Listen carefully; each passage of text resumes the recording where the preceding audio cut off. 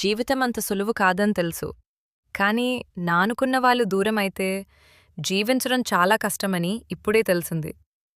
మొన్నటి వరకు ఎంతో సంతోషంగా సాగిపోయిన నా జీవితంలో కష్టాలు ఉన్న పలంగా ఉప్పెనలా ముంచెత్తి నా సంతోషాలన్నింటినీ సర్వనాశనం చేశాయి.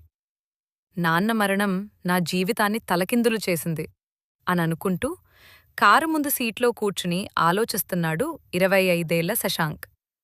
భారంగా వాలుతున్న తన కనురెప్పల మధ్య కట్టలు తెగిన ఏరులా కన్నీళ్లు పొంగి ప్రవహిస్తున్నాయి.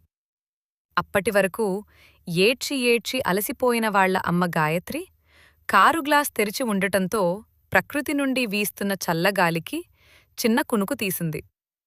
రే, నువ్విలా ఉంటే భర్తను పోగొట్టుకున్న ఆంటీ పరిస్థితి ఏంటి? ఎలా ఉండే సంసారం ఎలా అయిపోయింది? నువ్వు ధైర్యంగా ఉండి ఆంటీకి ధైర్యం చెప్పాలి. కాని నువ్వే ఇలా కృంగిపోతుంటే ఇంక ఆవిడికి ధైర్యం చెప్పేదెవరు? అంటూ అభిరామ్ గొంతు వినబడేసరికి భారంగా కళ్ళు తెరిచిన శశాంక్